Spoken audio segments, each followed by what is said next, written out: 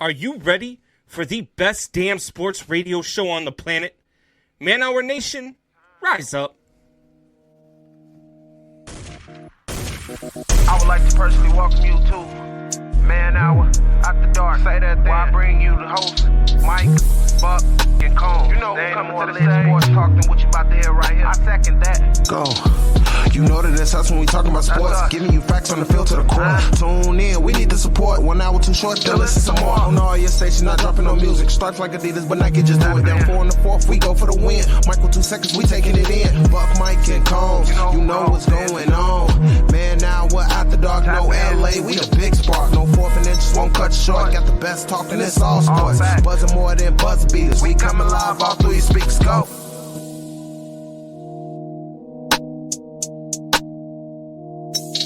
And what is up, everybody? Welcome to the Man Hour. Michael Buckheister here. Head over to manhourradio.com. Pick yourself up some merchandise right now. We have the new baseball tees up there and zip-up hoodies as well. So they are very reasonable price. You are not going to find a cheaper hoodie anywhere in the continental USA. Maybe in Alaska, because, you know, who really buys hoodies in Alaska? Absolutely nobody. But that is nonetheless, speaking of Alaska, Combs should probably move to Alaska and root for the Chicago Bears there. So they might win a little bit more. But welcome to the show, Brandon Combs. What's going on, buddy? What is going on, Man Hour Nation? Big X Radio. My man, Michael Buckheister. What we doing, bud? Dude, I'm having a great day. We have the What Does coming up, and I walked across the walking bridge here in Jeffersonville this afternoon. First of all, a beautiful day. It's like 70 degrees outside. Absolutely beautiful. But I'm going to save what I got to say for the What Does. But let's just say there's a no pet sign and there's pets on the bridge.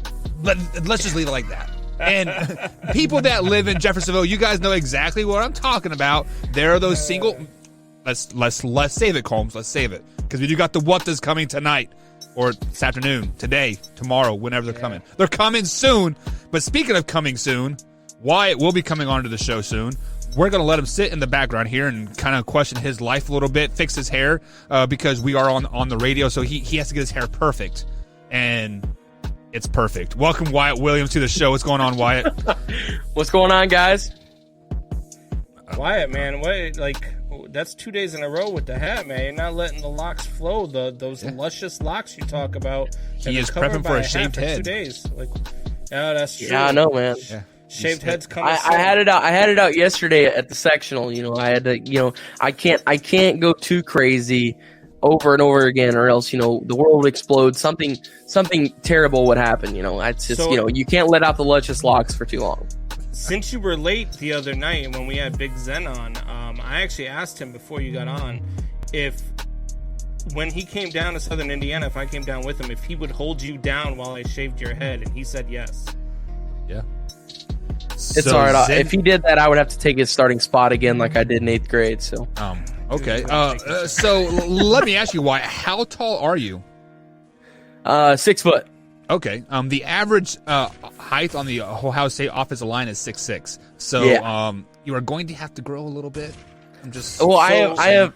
My mom always tells me that I'm special, and you are being special. a part of that, that I have a special growth where I will grow to be 6'8" here in the next year or so. So that's because your hair is going to give you that extra 12.5 inches. Because it keeps getting up there. But Tori Anderson has a side bet for us. So he said that we should do a game and we should have a side bet. And that side bet should be Wyatt Williams. If you lose, you either eat some bacon cheddar crickets that he has, bacon cheddar crickets, or you shave your head. Bacon cheddar crickets. Easy. That actually sounds really good. Bacon cheddar on anything is good. Oh, God, Buck, no, dude. I would do it to save my hair. I would eat bacon. I would eat a live cricket to save my hair. Absolutely. Okay, how about this? When we do our games, when we do our segments here on the Man Hour, how about instead of a shaved head bet, you do corn? You have to wear cornrows for a month and a half. Oh, God, no! My goodness, yes. The craziest I'll ever get is I'll get like a perm or something. Like that's the wildest I would ever get There with was my a meme that came out about a month ago that I saw. It was a guy with cornrows, and it looked just like Wyatt. I know exactly what you're talking about. I would love to see Wyatt. Yes, that's what it is. It is either cornrows for a month or shave your head. Yeah, that's gonna be the bet. Those are gonna be your two options. I cannot do that. Okay. How about this? Cornrows or a Jerry curl, but you have to do the butt, like the so like you've seen a duck butt where like it overlaps in the back, right? Yeah. Like you have to comb your hair just like that, and like have a Jerry curl or cornrows. I would have the Jerry curl. Hey Wyatt, how about this? How about come football season, since you're a football guy? Yeah. We will go head to head every single week, and we'll have a wheel of death. Okay. Oh God! And we'll each get to make up punishments for this wheel of death, but one of the punishments on that wheel of death is going to be shave your head. And so if you land on it, you have to honor it. There's no backing out of this wheel of death. And if you are don't you good do with it, the wheel of you death? are No, off the I can't let you put it on there. No. Well, you could put all sorts of stuff on there too, though. Like, I mean, we're not the only ones putting stuff on there. I mean, hell, I could have to do a show in a bikini for all I know. I mean, you do it anyways, Combs, so I mean, wearing that bear stuff, it's basically not wearing anything. But nonetheless, guys, we do have a very exciting show coming up here. We have a lot of NFL talk happening. The franchise tag deadline is next Tuesday, so there is a lot of NFL talk to get to. We have the world infamous What Does coming tonight as well, and we have a very special interview, a TikTok legend, Wyatt. Let the people know who the TikTok legend is before we bring him on. Yeah, so the guy is Abstract Shine. He is a famous TikToker. He has 33,000 followers. He has over 1 million likes on his TikTok. He is a guy who he makes his views go up and stuff because he makes fun of the way that people explain 90s basketball. So he is very goofy in the sense of that. And that is Abstract Shine. So let me ask you this. Let's ask the fans this question here real quick. Over on youtube.com/manhour, in the comments, let us know, what is the best era of basketball? Is it the 80s, 90s, early 2000s, 2010s, or 2020s? So when you think of the era, the player has to be in their prime in that era. So yes, LeBron James played in early 2000s, 2010s, and 2020s, but I consider his prime probably 2010, right? So, like LeBron would fall in that area. Combs, what is your greatest era of basketball? I would say probably the late 80s to mid 90s. I mean, there were some really, really great teams. And so, I mean, you look at that Celtics team in the 80s. 4 great teams. You had the Lakers. I mean, both of those teams had multiple Hall of Famers on their squads. You look at the Bulls of the 90s. I mean, the Indiana Pacers even in the 90s. I mean, were a very solid team. It's one of those where I think every era. It's got its ups and it's got its downs. For me, the problem with basketball now is just the fact that there's just no defense. Like the other night, this was like middle of last week or something, where the Denver Nuggets had a chance to win a game. I believe it was the Denver Nuggets. Yeah, it was. They had a 3-on-1 break, and everybody ran to the 3-point line. It was not a break. Okay, so what happened, because I actually watched the game, what happened was the guy handling the ball dropped the ball. He couldn't get control of it, and 3 guys jumped out to try and get a hold of it. And at that time, when they threw it over, when they finally got a hold of the ball to take a shot, there was like 0.9 seconds left. So, yes, they did have a 3-on-1, but nobody was moving forward. Everybody was scrambling for the ball. That picture is taken so out of context. Oh, I strongly disagree with that because they were all shooting out to shoot the 3 to win the game. I was looking at the dang picture where there's 3 guys who are wide open standing on the 3-point line. Nobody is driving to the net. Why aren't they running to the net? We will find this picture or the video. We got to watch the video, not the picture. The picture says 1,000 words, and the 1,000 words said drive to the net, man. but you are right, I should say. that picture was definitely taken out of context 100%. So it was quite the respect. But I did see a crazy stat though that this year all of the shots taken in the NBA, 38% of them have been threes. So there's that. I believe it. It's a 3-point perimeter league now. Steph Curry came through and really changed the league as for that matter a couple of years back. And ever since then, everybody's got a 3-point shot except for 4 or 5 guys in the league. And those 4 are guys like Ben Simmons that couldn't hit a 3 to save his life. And that's pretty much it. You got your Dwight Howards and stuff, but every guard in the NBA can at least hit a 3 other than Ben Simmons. So. Yeah, Ben Simmons can't hit a shot past the 12-foot mark, if I'm not mistaken. No, he cannot. I think he's 0 for 60 past 12 foot. He is in his entire career from the 3-point line. I think he's 1 for probably 30. It's something bad. He won't even take them anymore. Timothy Leonard has won a prize on our chat line. So Timothy, I beat everybody up in the DMs. I believe I already have your address, but instead of having me scroll. Just send me your address again. I will send you that prize here in the mail. I will send it out tomorrow. Yeah, tomorrow. I have to go send it out tomorrow. Anyway. Pretty exciting stuff. So you guys are asking yourself, how did Tim win a prize? He was simply in the comment section, and Saul was reading the comments, and bada bing, bada boom, posted what he had to post. I put a comment in there. I put a comment said, first fan to comment with hashtag Combs is my favorite host wins a prize. All these comments came in. And nobody said Combs is my favorite host. I am disappointed in you, Tori Anderson. I am disappointed, Penelope. Michelle Dowling. Right before Tim posts this, my own girlfriend puts hashtag Combs is old. Yes. So with that being said, the revolution has started. That just means that we have honest people in our chat, and we are glad you honest people are a part of the Man Hour Nation, because we know Combs is not the best host. It's clearly Wyatt. Wyatt's the best host to interview here in Southern Indiana, hands down. If you want a part-timer who doesn't always show up on time. No, he just oversleeps. I mean, it's just shit happens, right? So guys, let's go ahead and take a quick little break. I was drinking beer. I think Buck's just hoping you'll share your maids with him.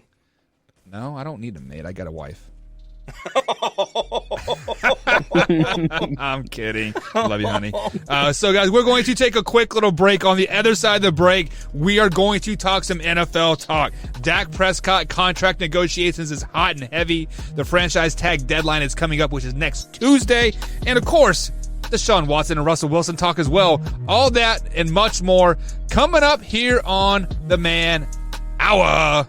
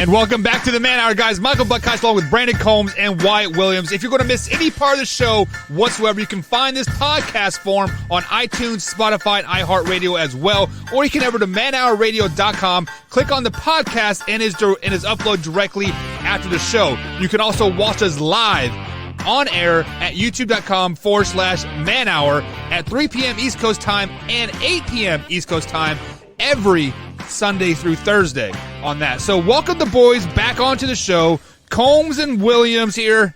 You guys can follow them on Twitter as well at manhour_Combs. You can find Brandon over there. And of course you can find the Wyatt Williams at manhour_TWW. What does the TWW stand for?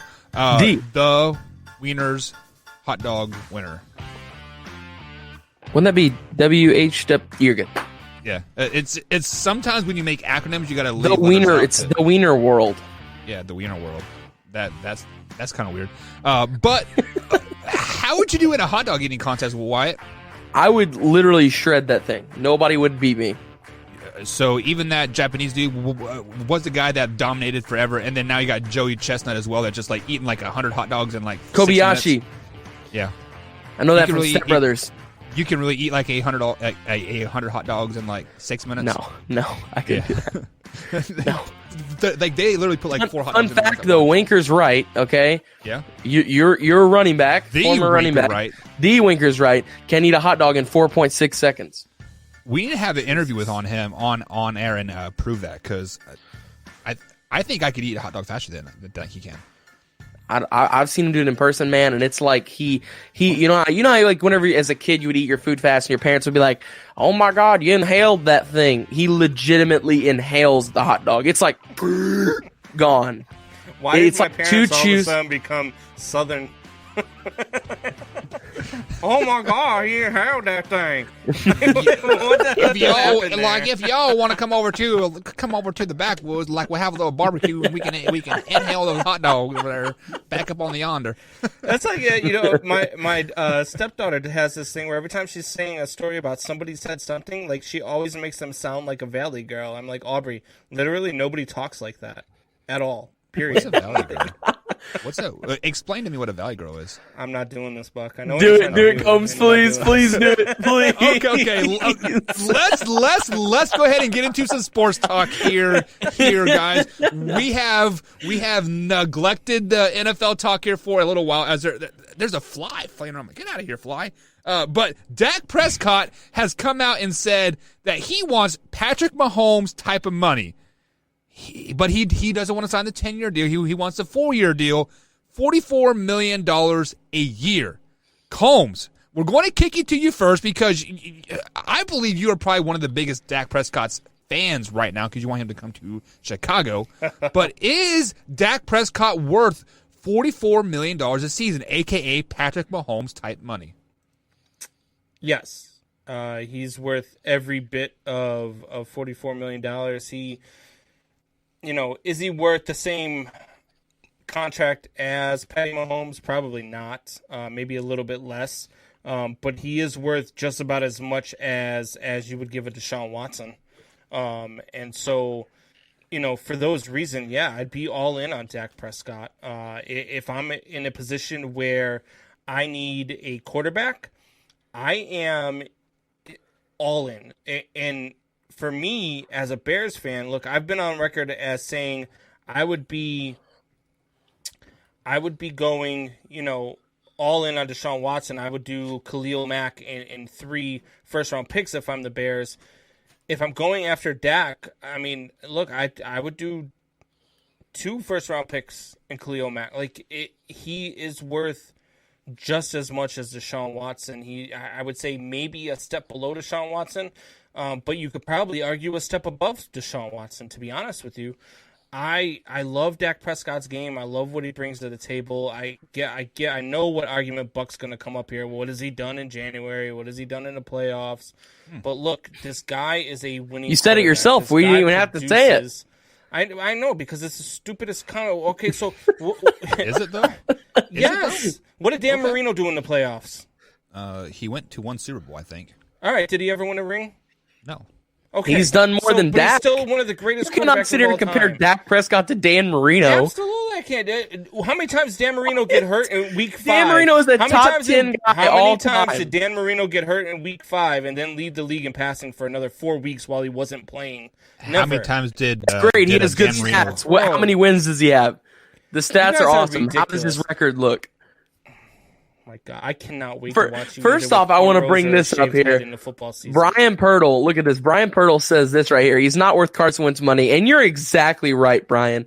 Dak Prescott Jesus Christ. is not worth a top 10 or a top 5 for that matter guy that Carson Wentz is going to be this year. Why do we No, let I'm this just kid kidding. talk? I'm just kidding. No, Dak is definitely worth a very good contract. I'm going to say What is a somewhere very good in contract? $44 million. No, 35, somewhere in there. He's not quite 40 million yet. That's Patrick Mahomes money. That is an all-time great money. He is worth a franchise great money. So I'm saying 30 to You know 35. who's never been paid that much money? You know who's never been paid 35 in a year? Mitch Tom Brady. Trubisky. Tom sorry. Brady. So what you're saying when you Well, say but Tom that Brady's that's, totally that's different. great player money. Tom he's Brady's not totally though. different. Tom Brady. Yes, Because Tom Brady's not. Tom Brady's a team guy. He Tom is. Brady takes less pay to get players onto his team. Absolutely. So, look, The Cowboys are too busy whining than to play football. When it Zeke comes literally down to how much to pay threw a Dak. fit last year and sat on a beach in Mexico and said, "I'm not coming back to Dallas till I get when paid." it comes down to paying Dak Prescott, you need to pay him top 5 quarterback money because he's a top 5 quarterback. Is he? Yes. Okay. Well, but he wants number 1 money. I don't mind him getting top 5 money. I don't even mind him getting maybe top 3 money because a quarterback is such a need in this league to have. But when you talk Patrick Mahomes money, Dak Prescott is not 1/10 of Patrick Mahomes or you what he'll ever You be. go Patrick Mahomes, Tom Brady, and Aaron Rodgers are your top 3. That's not even an argument. Sure. And after that, it's Deshaun Watson and Dak Prescott. I think Josh Allen probably has the edge there. Josh Allen is not on that level yet. Okay, so you guys have been talking here for 10 minutes or so, and I've been soaking in the information that you've been saying. Why Okay, here we go. I've taken your side, Combs, I've taken your side. So let's say Dak Prescott is a top 5 quarterback in the NFL. So in theory, he would get top 5 money, right? That would be $33 million a season. Not 44, not 45, not 30 to 50, 35. $33 million a season. So, first of all, $44 million a season, that is absolutely asinine type of money. You are literally taking up over a third of the salary cap, and the Cowboys cannot afford that. As simple as that. They gave, I think, Amari Cooper a $106 million contract. Zeke has a $100 million contract. Jalen Smith, they gave him a big one. So the Cowboys will literally have no room to really, maybe they can backload his contract. So, he's making like $20 million his first season or something like that. But for Dak Prescott to be asking for $44 million, this shows you what kind of player he is. He is a very selfish player. He is a player that has done jack in January. You said, what have you done for January? He hasn't done nothing in January. How many playoffs wins does Dak Prescott have? 1, I think, maybe? 1.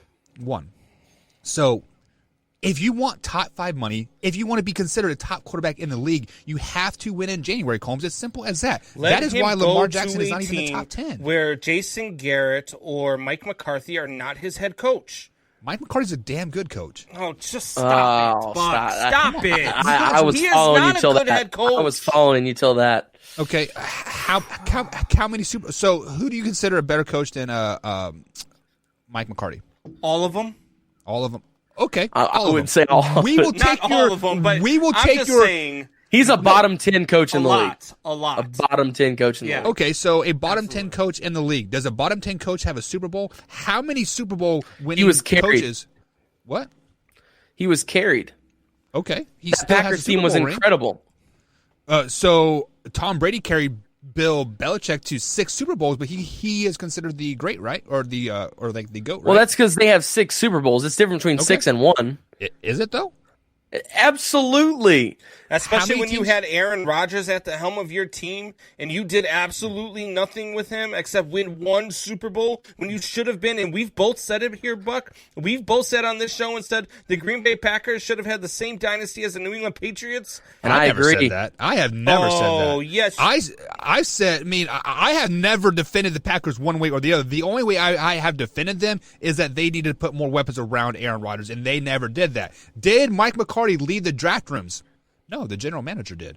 So how does that fall on Mike McCarthy in the end? Well, McCarthy did lead some of the draft rooms.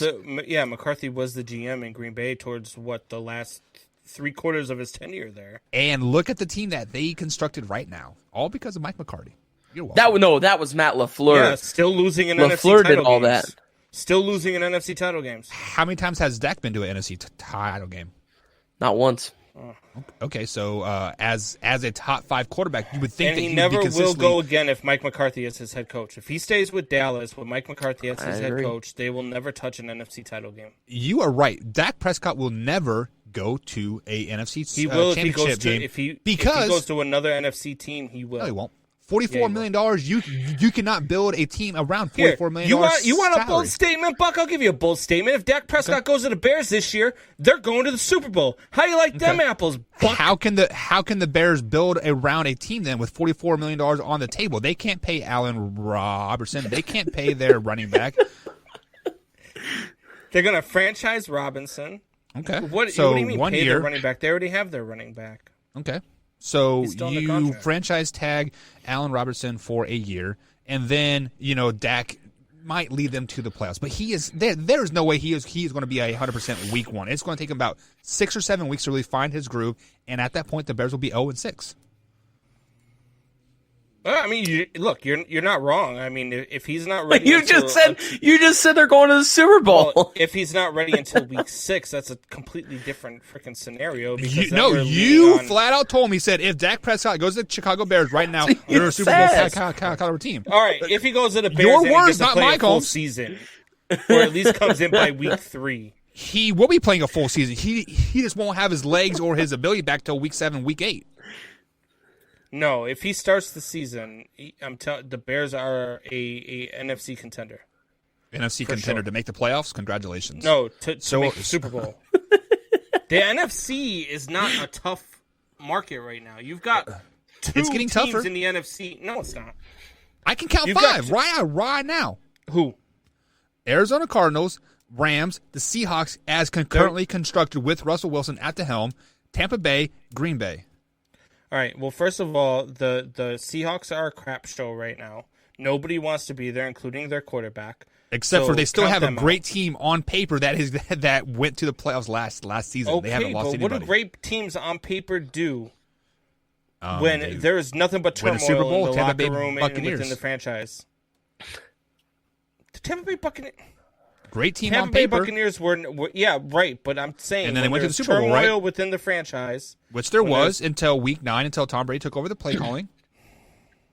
Combs, you were just digging yourself a hole, and I'm just putting the dirt on you, man. Like, I mean, no, you're not. You're just twisting words. Is all you're doing. You're freaking.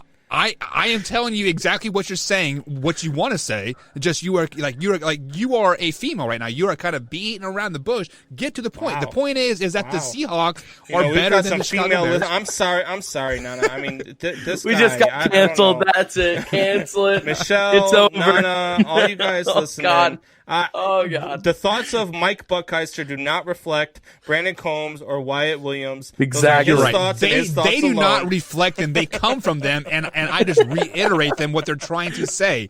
Oh my God. So, Combs, you are telling me that Dak Prescott is worth $44 million. And me looking over at the chat right here, I didn't see one person agree with you at all. I said he's worth top 5 money. I misspoke at the beginning. Is he worth $44 million? No. He's worth top 5 quarterback money, though. Yes. So this is the quarterback contracts going into 2021 season. Patrick Mahomes is $45 million. Deshaun Watson's $39 million. Russell Wilson, $35. Ben Roethlisberger, I did not know this, but $34 million. That's a lot of money for him. Yeah. I thought. And then They owe Jared him, Goff, if he stays with the Steelers this year, they owe him $47 million for next year. really. 47. He'll take up $47 million in cap space if he stays. Wow, that is absolutely crazy. Yes. So looking at the 4 to 5.6 range, you're looking at $33.5 million a season. That is with Aaron Rodgers, Kirk Cousins, and Carson Wentz is at 32. So right in that area, right? Yeah, I would pay. I think he is worth the contract of Deshaun Watson. He should get close to Deshaun Watson money. So that's $40 million, which I sat here and told you that I think Dak Prescott is better than Deshaun Watson, right? Yeah. So let me make a full, complete circle here. As I said that, Dak Prescott has not won in January. He's had one playoff win. I believe his worst season as a starter is 9-7. That he has played all 16 games. Guys, correct me if I'm wrong. Not to mention, I believe before Dak Prescott got hurt, didn't you have the Cowboys in the NFC title game? Yes. Wait, so Onan, you're saying his best season as a starter was 9-7? Right. I'm pretty sure. He had a 13-3 year his rookie year. No. His worst season as a starter, full 16 games, was 9-7. Oh, right? yeah, I believe so. Yes. Yeah. So he has not had a losing season. With that said, Combs, I gotta agree with you. He is top 5 money, but not Deshaun Watson money. I'm talking $32 million a season. However, I don't know if the Dallas Cowboys can legitimately afford that. So for him to get that money, it is going to have to be a sign and trade. So sign and trade with Seattle, sign and trade with somebody. So with that being said, sorry, that comment caught me off guard. But Dak Prescott is not going to end up in Dallas if he wants that kind of money. Well, I think that's fine with him, and it should be fine with him because if Deshaun Watson's at $39 million a year, then Dak Prescott should be at no less than 36 or 35. No less. I literally said between 30 and 35 mil is what he deserves. So we're all kind of in like agreement of what he. I mean, why you says deserve? I said he has earned that because nobody deserves to make that much money. He has earned to make that much money with it. But the problem that I have is he has always had a great offensive line, a great running game, and a great weapons around him. I'm curious to see what he could do with somebody, like the Cleveland Browns. That their line is kind of suspect at times. Can he really perform when he doesn't have all the weapons around him? When he has a suspect offensive line, wouldn't that be a true value of a quarterback in the end? Yeah, for sure. Right? I mean, look, Dak Prescott to me. The second that he went down, and then 4 weeks later, he is still leading the league in passing while not playing.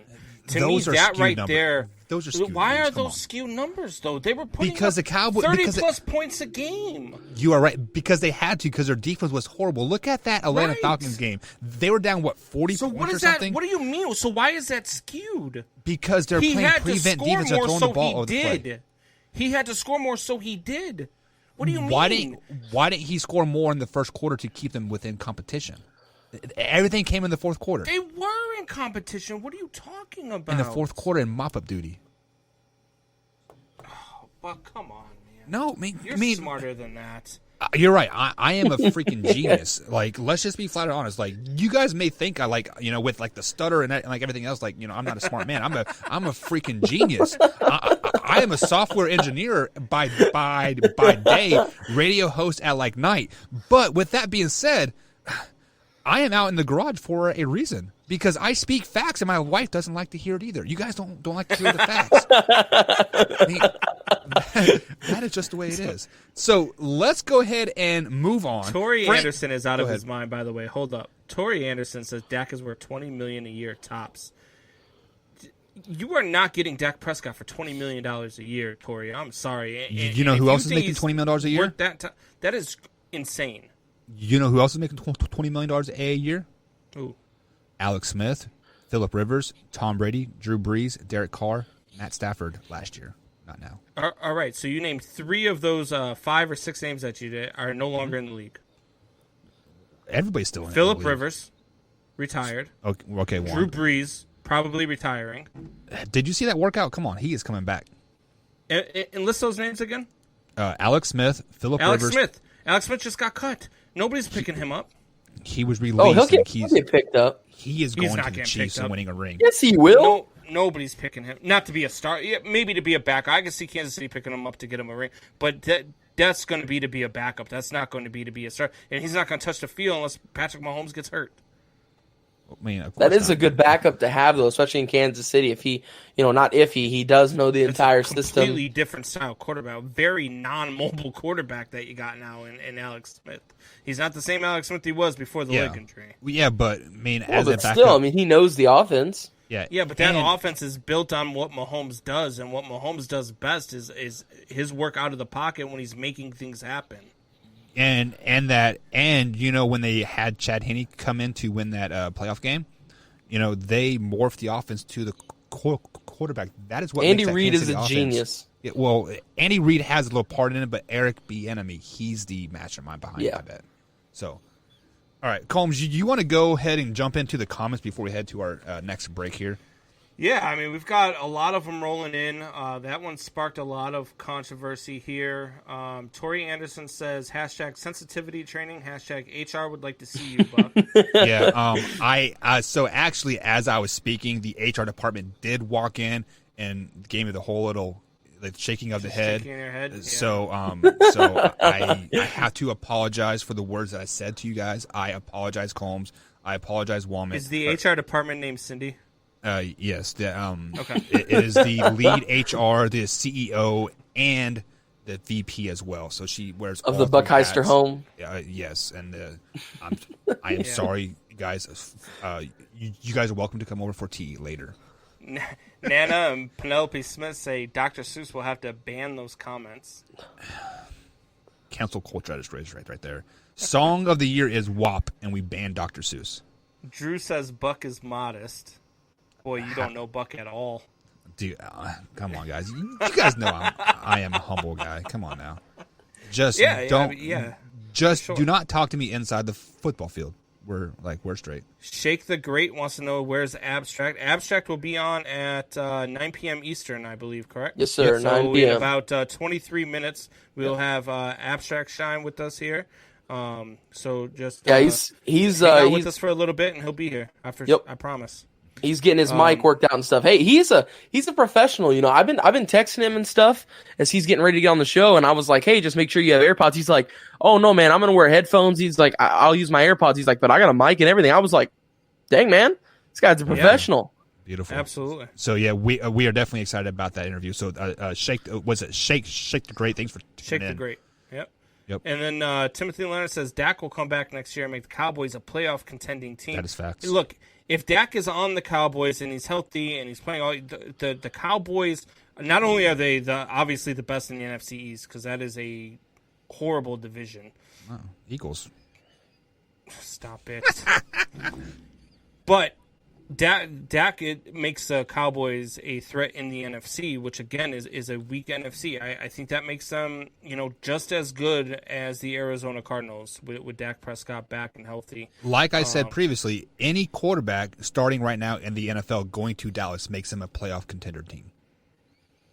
Penelope says, I'm loving that so many people are on here. I agree with you. I mean, it makes any team a playoff team, any good quarterback, especially with the Bears who need one. There's a couple other teams out there that need one. I mean, if the Falcons go out and they move Matty Ice and get some, I mean, that's going to be an interesting spot for another quarterback. No, Combs, she's saying, I'm loving that I'm seeing so many new people on here, like on the show. I know. I I thought you were responding with that. Oh, sorry. Jeez, Crow Wyatt. I was like, what's he talking about right now? I'm talking about the stuff we're talking about, man. Sorry, right, man. So before we head to a mates. break, before we go to a break, guys, let me cue up the music here real quick and get us transitional ready. Wyatt, if Dak Prescott does not end up in Dallas, what team does he end up on this year? That's tough. Gosh, I think the Bears would be a landing spot. Seattle. We'll go Seattle. So Sorry, buddy. So Ryan Pace come out and said that they already have their quarterback locked in Chicago, and that's Nick Foles. Combs. So I'm not for sure how you feel about that, but where does Dak Prescott land if he doesn't end in Dallas? If he doesn't land in Dallas, look, there's a couple landing spots for him. Houston, Seattle, both of those guys are looking to trade really good quarterbacks. They're going to get a really good one. There's a lot of stuff they can do without giving up draft capital if they make those trades. So, those are 2 landing spots for him. Chicago's another landing spot for him. There's a lot of talk amongst Chicago sports media here that Russell Wilson is the guy for the Bears if they're going to get one of these quarterbacks that's on the carousel. Right. I don't like it. I mean, I've even seen some of the guys that I talked to on Facebook. We have a guy who is in the sports memorabilia page that does his own apparel, and he tags Russell Wilson in a tweet today and says, "Hey, if you come to Chicago, I got some apparel for you." I'm like, you guys are reaching now, man. So, Combs, a couple teams that you said, Seattle and Houston, that means the Cowboys have to do a sign and trade, and I'm not for sure how that works in the NFL. It's very popular in baseball and basketball, and like you sign them, you just transfer the contract over. It's very, very rare. So in the NFL, for one, and for two, there's a lot of talk about Dak being a part of a 3-team trade, which is another very, very rare thing in the NFL, man. This isn't baseball. You see it a lot. You do not see it a whole lot in the NFL. Right. It's going to be interesting. It's going to be interesting to see because I think a lot of this shakes out before the draft because teams want to know what they're doing heading into the draft. So. It would not surprise me if it shakes out before Tuesday because that is Franchise Tuesday. So we are going to get more deeper into Franchise Tuesday and on the second part of the Man Hour here. But I have to agree with Tori. I mean, the NFL and this quarterback carousel, it is starting to feel more and more like the NBA each and every day. So if you guys would like to read that blog, head over to manhourradio.com. Click on the blog section. It is the latest blog over there. Is the NFL becoming the NBA? So we are going to take a quick little break, guys. On the other side of the break, we have the world's famous What Does coming at you here on the Man Hour right after this.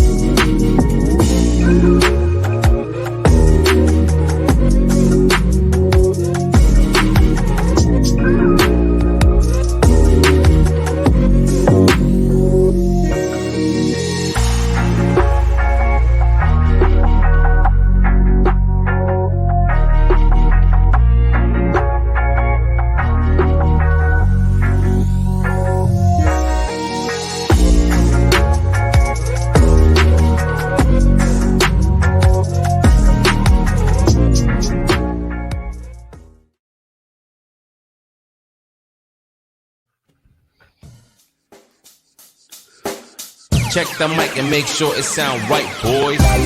And welcome back to the Man Hour, guys. Michael Buckhouse along with Brandon Combs and Wyatt Williams. If you have missed any part of the show whatsoever, head over to manhourradio.com. Click on the podcast. You click to the podcast form right there on the website. Or you can download this on iTunes, Spotify, and iHeartRadio. You can also check us out on youtube.com/Man Hour as this is aired there at 3 p.m. East Coast time and then 8 p.m. East Coast time as well. So 2 times a day, Man Hour coming at you on the youtube.com/Man Hour page, guys. So it is that time of the week, Combs, I should say. The time of the time. It is that time of the time that the bottom half of the hour, quarter till the top of the hour, where we get to let out our frustrations from the week. We get to let out our frustrations from today. We get to let out our frustrations. I've got quite the frustration, and it's from last night's game, so it's going to be awesome. Are you ready to get started, Wyatt? I am dying, actually. All right, guys, let's do it.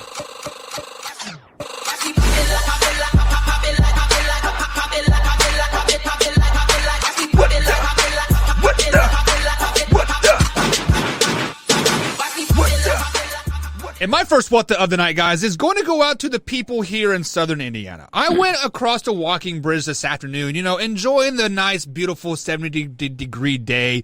I had the wife and the kids, and we're walking across the walking bridge. And first of all, the river is high. I did not realize how high the river was. So if you guys get a chance, it's freaking high. Go check it out. But there is, as you walk up onto the walking bridge, there is signs clearly posted that says, no pets allowed. Right? I mean, it is a common courtesy, no pets allowed. But it never fails when we're walking up there, we see 3 or 4 or 5 dogs, right? Which, I love dogs.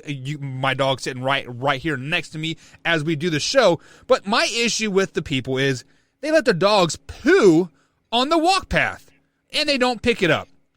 And never fails, your boy Buck Nasty steps in it. Never fails. So my what the of the night is going to go out to the people that are walking across the walking bridge with their pets and not picking up the poo after their animals. What the?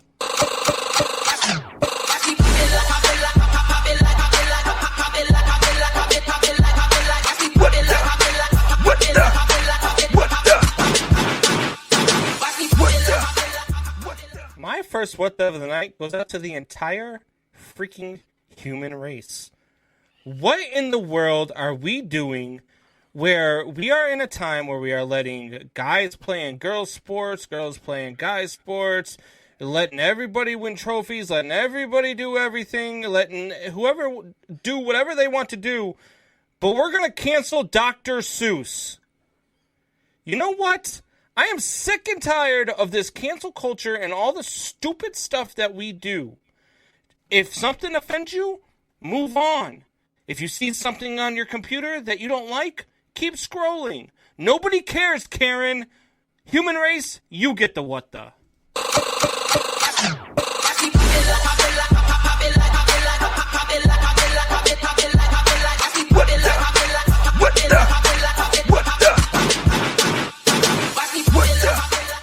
My first what the. First off, I want to say I mentioned the sectional. I'm saving the best for last. But my first what the of the night. Buck Nasty, man, what's his new background? What's going on with this? So you switch from the dungeon to the jail cell now. So I'm just confused. I'm wondering what's going on. So Buck, I love you, man, but you get the what the.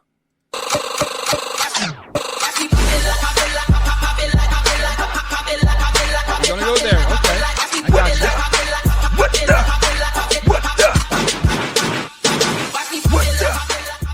Normally I would go back out Wyatt and explain to him what is really going on at my house. But you know what? I am above that now. I have grown as a person the last 10 minutes. HR has come in and, corrected my ways, and I'm a better person here. So let me go back to what I have written down for the what this year, Wyatt. But you get it coming. Trust that. My next what the is going to go out to Jimmy John's. Okay? So first of all, my wife loves her sandwich a certain way. She gets the number 1 slim. So basically, it's a piece of ham and bread, right? It's not that hard. Jimmy John's is always freaky fast, whatever, yada, yada, yada, which is normally pretty good.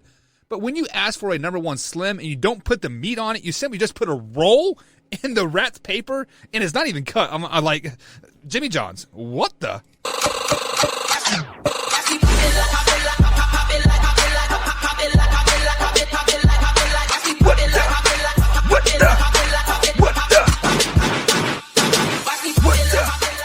My next what the goes out to Best Buy. So a couple weeks ago, I was lucky enough to get open, thanks to Tori Anderson, who let me know that Best Buy was in stock with PS5s, even though he didn't get one, which I apologize for. Kind of, when I'm playing mine, I'm not that sorry. But anyway, sorry, not sorry. They sent me my extra remote control in the mail 5 days before the PlayStation actually came. So I had to sit there and stare at a PlayStation 5 remote while a PlayStation 5 wasn't even ready to be picked up yet. So Best Buy, for teasing the hell out of me for a week, you get the what the.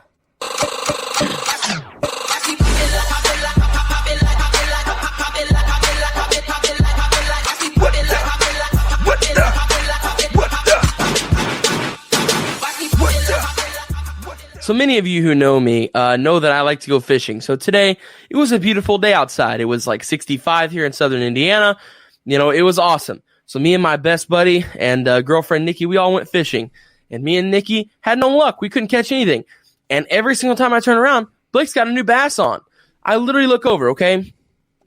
3 casts in a row, 3 bass, same spot. Blake, you get the what the.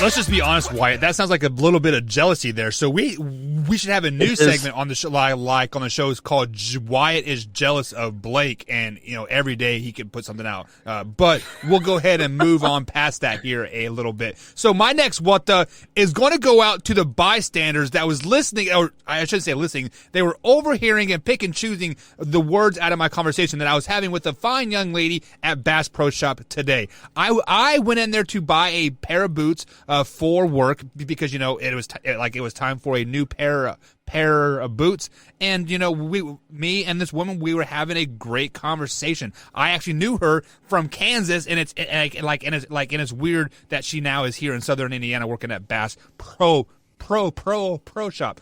But at the end of the conversation, I said, "Goodbye, Karen." Not because she was acting like a Karen, because her name is Karen. Her name is Karen with a K, not a C. Because some people spell Karen with a C. That's absolutely weird. But I digress on that.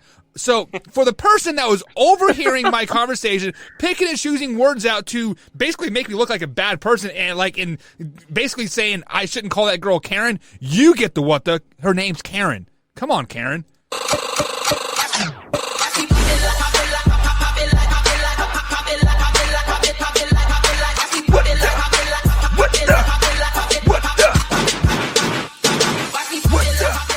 My next what the goes out to the guy that paid $4 million for a Luka Doncic card.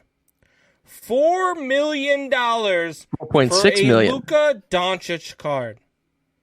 That is absolutely insane for a card. $4 million. If you want to spend $4 million on something, look, man, I've got me, Buck, Wyatt, there's 3, and let me pick a name. First one I see here is Tori Anderson. You give each one of us $1 million, and they're spending $4 million and never having to do anything to do with the $1 million. What did you do? $4 million for this card to just sit in what? Sit in a book? Sit on a shelf? What did you pay $4 million for? So guy who paid the $4 million for a Luka Doncic card, you get the what the.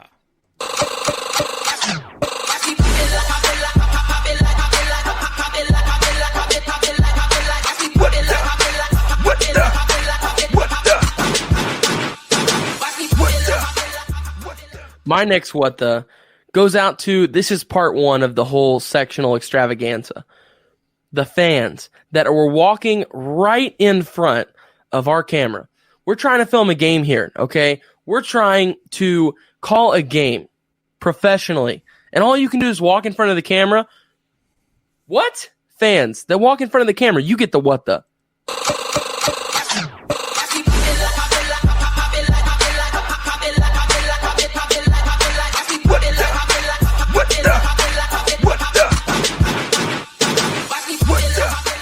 Alrighty, Wyatt. I have let it build in my system for long enough. I have let it build for 3 segments now. And my next what is going to go out to Wyatt Williams. First things first, he is jealous of his best friend because Wyatt can't catch a damn fish. And Blake catches 3 fish. You know what, Wyatt? You get the what the for that. What the number 2 goes out for, you think the world evolves around your little TV broadcast. Nobody cares that you're filming, Wyatt. Nobody does. When I go to a basketball game, I am walking straight up and down. I am 6'2.5". I don't care. I'm walking straight up and down the aisle, gonna go get my nachos and walk right back. If you have people problem with people walking in front of your camera, move the camera up. Move it up, Wyatt. Move it up, Blake. You're the camera guy. Move that tripod up 6 inches. Nobody will be walking in your camera then. My what does are going to go out to Wyatt and Blake. Stop being jealous of each other. What does evolve around you guys? What the?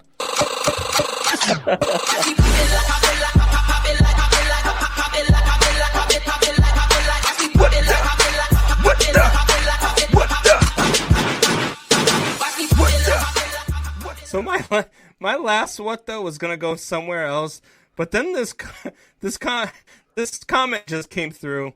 So Nana, you're getting the what the. Oh, Nana Lord. says it sounds like it's time for Nana to be a cougar with the guy who spent $4 million. Nana, your grandson is actually a part of this show. He's watching. He's got to see this comment every time that an idiot like me puts it on the screen, and I'm going to do it a lot. So, Nana, you get the what the.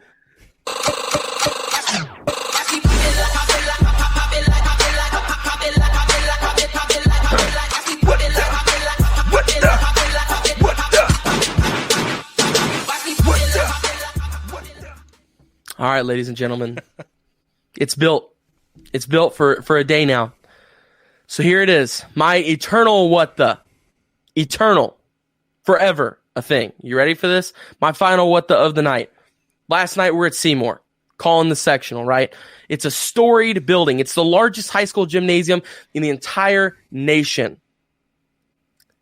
And they disrespected the game of basketball in it. It was pitiful.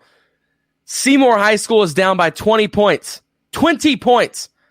And they fouled for the rest of the last 6 minutes of the game every 5 seconds. They had 4 players foul out. They had 3 players with 4 fouls. B&L shot 31 free throws in the fourth quarter in the last 4 minutes of the game. I wanted to jump off a bridge. It was hard not to. We had a total of 6 players foul out last night for both teams combined. We had 5 players that all had 4 fouls, and probably like 8 that had 2 or 3. There were more fouls than points last night, and it was the hardest game I have ever had to call in my entire being of life. And so 3 it was bad. It was bad. It was rough. And they insulted the game of basketball. I'm not okay with it. Seymour basketball. You get the what the.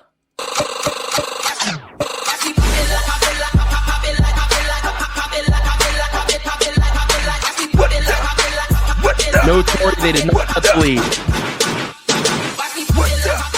And that is going to be it for the what does of the night. Go ahead and address that comment there, Wyatt. They're trying to crawl back into the game. Wyatt, they couldn't. What do you do? They're down by 20. But they're trying. It's a championship game. They're trying. They couldn't. Physically, mathematically, time-wise, unless if B&L were to grab the ball and hand it to them. Welcome to the LeBron James era school of thought. There is no way. No way. God, here we go. All right, guys, let's go ahead and wrap that up. Nobody really cares about basketball. Basketball is overrated anyways. Let's just be honest. We are all here to talk to Abstract Shine at the end of the day. So we are going to take a quick little break. And after the break, we are going to welcome the man, the myth, the true legend, Abstract Shine, right after this on the Man Hour, guys. We'll be right back after this.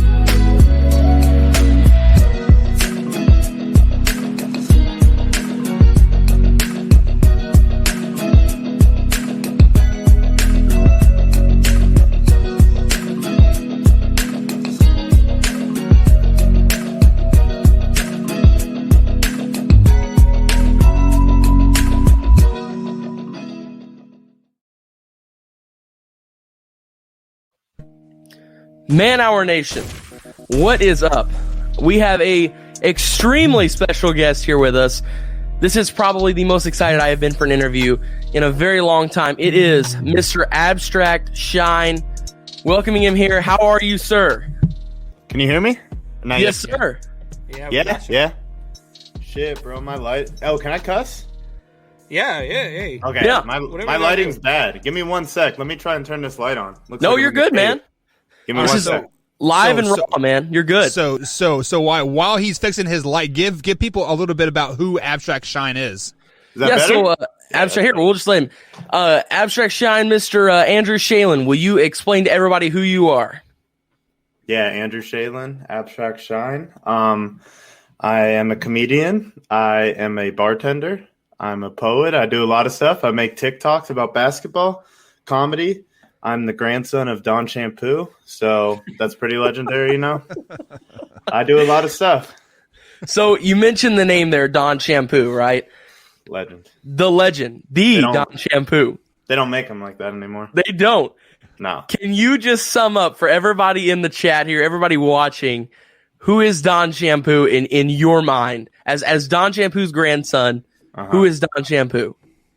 He's a deity. He's a timeless being, I guess I'd say. He's a incarnation in human form of greatness. He's a mix between like a Looney Tune character, Michael Jordan. He's the best. It's not Don Shampoo. It's D-O-N. It has no relation to the soap. Maybe I had it in my head, but he's basically unstoppable. He's the ultimate competitor, and he hates the modern NBA because he calls them a bunch of sissies. Yes. That is awesome. So where did the idea come from? I mean, I know you just mentioned Looney Tunes and stuff like that, but where did the idea kind of generate from? Well, I had this old friend whose dad was an athlete, and he used to say how, I could touch the top of the backboard back in high school. And just that generation of guys who just, like, overhype everything about their generation kind of, and, like, overhype the old generation. So I kind of thought it'd be funny to make fun of that. And so I just thought of a skit, and then now he's become the personification of that mentality. So you make the Don Shampoo videos, right? The whole thing blows up on TikTok. It goes nuts. Everybody loves it. Sure. Did you expect this to blow up? Like, were you expecting this? No, I mean, I think I'm very funny, so I'm expecting to like make good comedy content, but I didn't expect that one specifically to be the thing that's like such a hit. I think it's incredible, man. You crack me up. So thank you, bro. I have a really good friend, right? And his name is Trey Kaufman, okay? And he is currently ranked in the nation for basketball. He is headed to Purdue next year to play basketball there. Is he Jewish? No. I'm Jewish. It sounds like a Jewish name. No, he's not Jewish. But me and Trey, we make Don Shampoo videos, send them back and forth.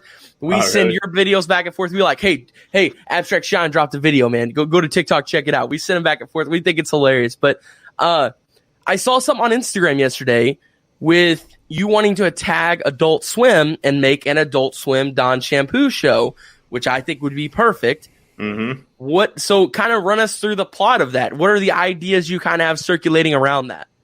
So I got some good ideas. Basically, the plot that I'm thinking of is like Don Shampoo's retired, and he has a son, Drew Shampoo, who, he doesn't really play basketball, but Don wants him to. He's more into video games, music, but of course he eventually starts playing, and he's obviously a beast because he's got the DNA, the Shampoo DNA. Absolutely. But it's just going to be like there's going to be flashback stories to like Don and the crazy stories of playing games of like his days, and then him as a kid, and then Drew and this generation playing and stuff like that, and just the relationship between like him and his son and stuff like that. Like, yeah, I haven't fully thought it through yet, but I kind of wrote an outline for the first episode and have the characters all figured out. So I think it'd be really good. No, absolutely. Andrew, Brandon Combs here. I got a question for you. So I'm new to the TikTok thing, man. Look, I'm about to be 40 years old next month. I ain't going to lie. My 13-year-old stepdaughter had to show me how to even use TikTok, like if I wanted to make one myself. And I still haven't made one myself, but I want to know for you as a guy who is on TikTok, who is avid in TikTok, who are some of your favorites to watch? Because you are definitely one of mine that gets me cracked up. Jason Banks is another one who just absolutely cracks me up. He's got one too where he does things with his sons or something, like it's himself but it's his sons. They crack me up every day. Who is somebody that you like to really watch on TikTok other than yourself, obviously? Who are some of your favorites? I honestly don't watch much TikTok. Like, I was never on TikTok. I just kind of got it because I like creating stuff, and I figured it was a good platform to create, and it has like cool video apps. I literally can't tell you the names of some people. There's a guy named Clout, Cuhlot. He's cool. JP the Storyteller. But I feel like my influences are all just like comedians that I grew up watching and like the comedy that I like, that I just use in the TikTok format. You know, it could be any app. Now, you talk about the comedy that you like. And look, I mean, I love comedy. I am one of those guys who I don't get offended by anything. So I love the comedians who will go on stage and they will push the buttons and they don't care who's listening. So what do you feel like is going to happen with the comedy world inside of the society that we're living in today? Do you feel like it makes it harder for you to make comedy because do you feel like you have to be more careful of the things that you say and the things that you do? Or is it just like, you know what, look, this is comedy. If you get offended, turn it off. I'm doing my thing. Mm-hmm. I mean, I think it goes both ways. I think there's stuff that in the past has been kind of offensive and is like kind of like, you need to chill a little bit. And then I also think there's tons of things nowadays where, yeah, you can get canceled for anything. And people sometimes don't even care about the context. You know, they just take it, you know, or like, let's say you're making fun of racism or something, but they're like, hey, you shouldn't. And it's like, no, I'm making fun of it, you know, or like certain things, it can be tricky. So it's definitely something to think of. But I also think you have your own platform. So I don't know. It's weird. It's a weird time for real. Absolutely. So I got to ask you, many of your cuts in the Dawn Shampoo series you do seem to kind of mirror The Last Dance. Was that at all a part of this?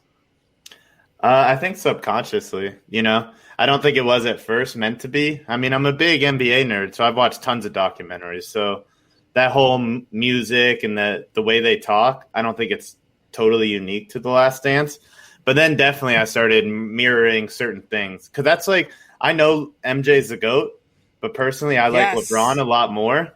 So I like LeBron more. I think MJ's the GOAT. But like also I think he could have used some therapy, you know? Like especially when you watch that Last Dance, it's like, you know, I bet his kids don't care that he has 6 chips. I don't know. Like, so I like to make fun of some of that old school mentality where it's like, some of it is toxic. Some of our era, yeah, we're too sensitive and we can work on that sometimes, but their era, sometimes it's like talking, you know, so I kind of like making fun of that mentality, to be honest, because I think it's weird. So with that being said, we had a discussion earlier in the show. What is the best era of basketball? So I'm going to ask you that question. What is the best era of basketball? I think it's hard to say. I think I heard a little bit of that and then I started doing other stuff. I think there's pros and cons to each. Like players are more skilled than ever nowadays. But I heard you trying to defend that Denver Nuggets play. Like I don't know what you're talking about. That was a dumb play. Like they didn't run for a layup. There's no way to defend it. You can watch the video. Like so. Like, and I heard Charles Barkley say something on Bill Simmons' podcast. He said the players nowadays like know basketball, how to play, but they don't know how to think it. You know. And I think there's definitely some truth to that where you learn a million moves, but you might not be able to read situations well or realize, let me just go in the post and do this. And I think, but then like players are way more skilled back now than they were back then. So it's like a balance. I think the NBA is in a really good place. I do hate like certain things. The threes do get out of control, but I don't know how you can really rank eras. Okay. Absolutely. Now, do you think that this era, like people are more I don't know, I guess skilled, or do you feel like they're just better equipped to deal with it because of all of the advances in technology than there was back then? Like are they more equipped to are they just bigger and stronger as opposed to more talented? No, they're more talented. I mean, you can grow up watching dribbling drills on YouTube, and everyone has amazing handles, and they can do so many things that I don't think, like maybe the stars could back then, but like if you look at the schlubs from the other era, they would get killed by the average dudes from this era, in my opinion. Okay. And then, so a lot of social media people that have you've got 1 million likes, over 1 million likes on TikTok. When the big question I had for you, when is the blue check mark coming? Have you filed for this at all? I guess on TikTok you don't file for it; they just give it to you randomly. So it just randomly just goes to you. Mm-hmm. When do you think it's coming? I don't care. I don't know. That's like, people are like, "Oh, you're underrated," this and that, and I do agree, to be honest. But also at the same time, I'm like, a month and a half ago I had 200 followers, right? So I'm not really tripping. Like, I've been making art in various forms for years, and all I've ever wanted was to be able to like have people care about it, kind of. So I have like a fan base, and I know I have the talent. So the rest, it'll come when it comes, and I don't really care what level it gets to. I think I can do the best I can, and we'll see what happens. So where can people find you other than on TikTok? Like, are you opening up for any acts right now? Are you doing anything on the road, doing anything like that, or are you just trying to make it in the game right now? Yeah, no, I want to do stand up one day for sure. I want to do a lot. I like making music. I like making beats. I like writing. There's so many things I want to do. But as of right now, check me out on TikTok, Instagram. Those would be the two main places, especially Instagram. I can, you'll see what I got coming up next. YouTube channel, stuff like that. There you go. What's? Oh, sorry. Yeah. So go ahead, Combs. I'm sorry, my bad. The last question I have for you is there anything? Give us something. There's got to be something, because TikTok is famous for this, taking down posts that you thought were fine, but ended up being like whatever, for whatever reason. TikTok took it down because you're not a 17-year-old girl shaking your butt in a thong. Give me the video that TikTok took down that we can't see. What is it? I thought it was pretty funny. I was making a video, and I'm Jewish. I made a video about like Skip Bayless, like how he just hates on LeBron so ridiculously, and I just said something like, something like I was pretending to be Skip Bayless. I'm like, if I had to choose between like him or Hitler, I'd honestly go Hitler. Like, at least he was a leader, like, because I feel like he would just like do that, Oh my god! And they took it down for hate speech. So, oh man. I seriously want to know what kind of algorithm that they have, is it certain words, because we have literally seen naked people on TikTok, but the videos are still up, but like then they mute the word like Hitler. Like it doesn't make any sense to me whatsoever. One time I made this video on YouTube where I was like parroting like COVID deniers, and like in the video I put up a sign that said like COVID's fake or something. And like my video, it was like a 4-minute long video, and I couldn't figure out why I was getting denied. And then I realized that it somehow was scanning for that, and so it wouldn't allow it to get on there. So funny story about that. Funny story about that. We, in one of our titles back in like November or December, I put COVID is a hoax, and then literally within 10 minutes of like our live stream, my camera goes black, my screen goes black. Yep. We are demonetized. We are shut down because I put a title, COVID is a hoax. We didn't say nothing about COVID yet. It was simply just a title. Like, it was absolutely crazy. Yeah, I think stuff like that can be cool to like limit bad stuff, but it also you can easily see how it can get out of control. And like, there's no context for robots, they can't tell what's a joke or what's not, so I don't know how that'll work in the future. Yeah, and it's crazy, especially with like social media nowadays, with the stuff that they allow. I mean, there are. I make my, we make our 13-year-old stepdaughter. She's got to have her stuff on private because of all the stuff that they let through in the world that we live in nowadays. You just don't want that on there. But they won't ban any of the stuff that they put on there, dancing around in short shorts and stuff. But they'll ban stuff that probably shouldn't be banned, and it's crazy the world that we're living in, especially with the social media age. So that's the weird stuff because young kids do that shit on TikTok, So it's like, yeah, I feel you. It's sketchy. Yeah, for sure. So before we let you go and let Wyatt answer his last funny question that he normally ask here, God. Do you have any merch that people can buy yet?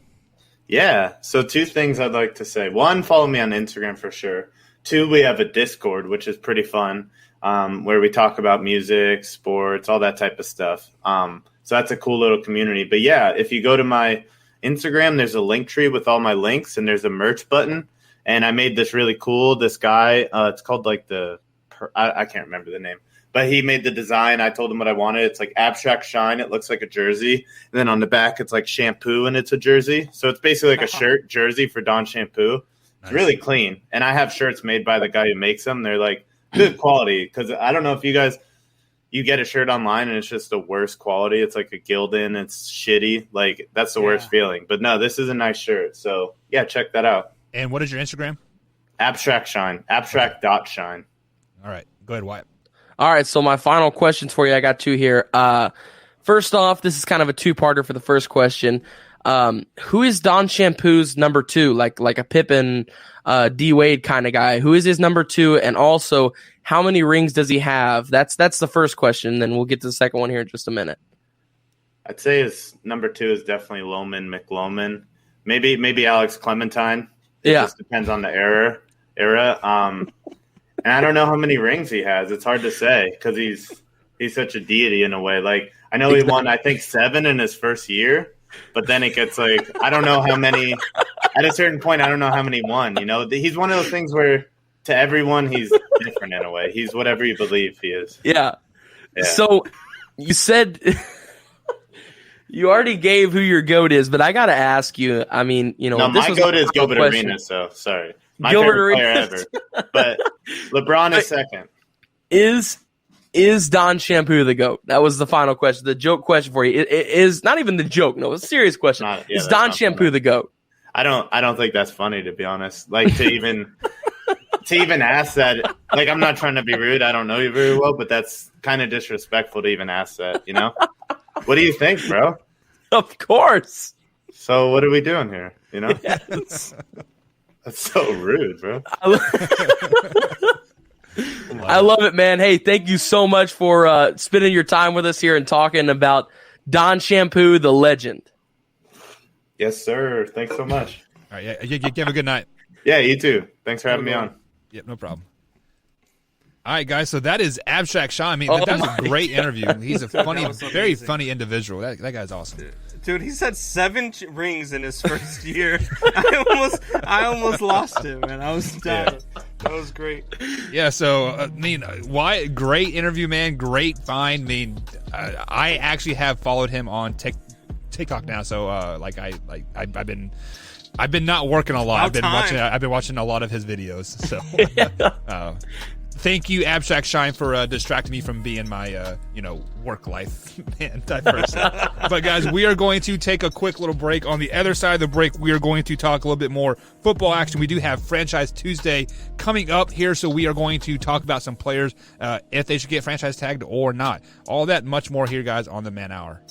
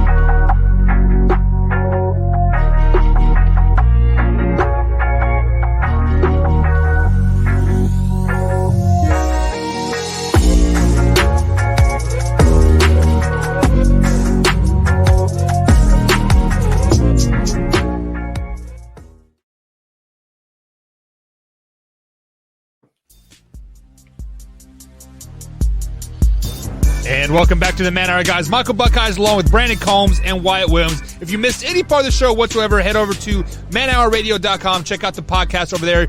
Or you can also download us on iTunes, iHeartRadio, and Spotify as well. We also we have the show on youtube.com/manhour at 3 p.m. East Coast time and at 8 p.m. East Coast time as well. And if you would like to join us on the After Hours show, 10 p.m. East Coast time on our manhourradio.com, you become a member as little as $3 a month. You can hang out with us, you can chat with us, and sometimes we might have a little bit of special guests on there as well. So you never know what is really going to happen. But guys, we did just have Abstract Shine on the airwaves here, and he was a great awesome. Interview. You could tell he was passionate about basketball too. Like just the way he spoke about it, like you could tell like he was a basketball fan, right? So absolutely.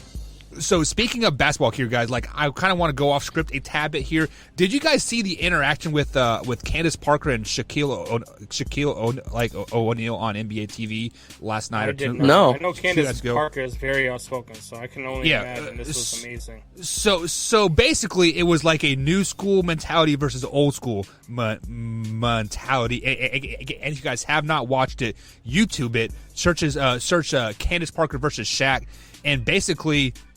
You can pretty much tell that like Shaq doesn't know basketball. Like it is very really it's a very awkward interaction, and just Candace Parker basically just let Shaq have it, and you can tell she is a very smart basketball IQ like girl, Yeah, so like, did you guys ever get a chance to watch Candace Parker play in the WNBA? I did. Oh, absolutely. Like, she's freaking amazing. Like honestly, dude, like. She was. That's her and Diana Taurasi. Taurasi's incredible as well. I love Diana Taurasi, man. I love watching that girl play for more than one reason. But she was an amazing basketball player. Yeah. I'm a big advocate. Go ahead, buddy.